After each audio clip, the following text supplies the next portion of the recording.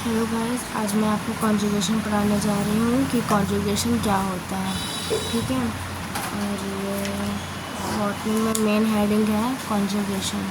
ठीक है, तो this discovered by Lederberg and Tatum. It was object first in एसिलेंट। It was involve the transfer of genetic material.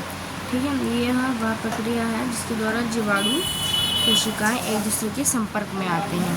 ठीक है, the transfer of genetic material from one living cell another. Conjugation is a process during which DNA from a donor autotroph transfer to recipient or female cell through sex release or conjugations to bacterial conjugation। मतलब देखो, ये जो जीवाणु है वो कोशिकाएं एक दूसरे के संपर्क में आती हैं।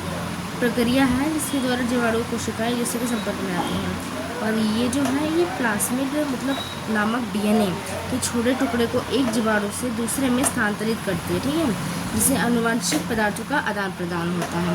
ठीक है, conjugation to bacterial conjugation is depend from the eukaryotic sexual conjugation.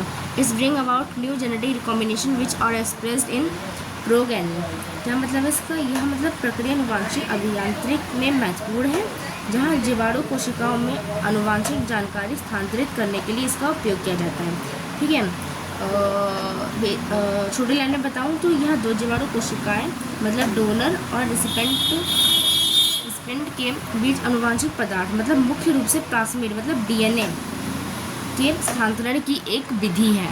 ठीक है, इस प्रक्रिया में जीवाणु कोशिकाएं शारीरिक संपर्क बनाती हैं और एक कोशिका से दूसरी कोशिका में DNA स्थानांतरित करती है। मतलब कोशिका दाता, दूसरी कोशिका मतलब ग्राही। ठीक है, DNA स्थानांतरित करती है। ठीक है, ये अब एक बेसिक बात पूछी जाती है कि कॉन्जुगेशन काम कैसे करता है। देखो, दाता जीवाणु एक दूसरी संरचना बनाता है, जैसे एक संवाहक मतलब प्लस जो ग्राही जीवाणु से जुड़ता है और उनके बीच एक सेतु बनाता है। ठीक है, तो इसी को हम कॉन्जुगेशन कहते हैं।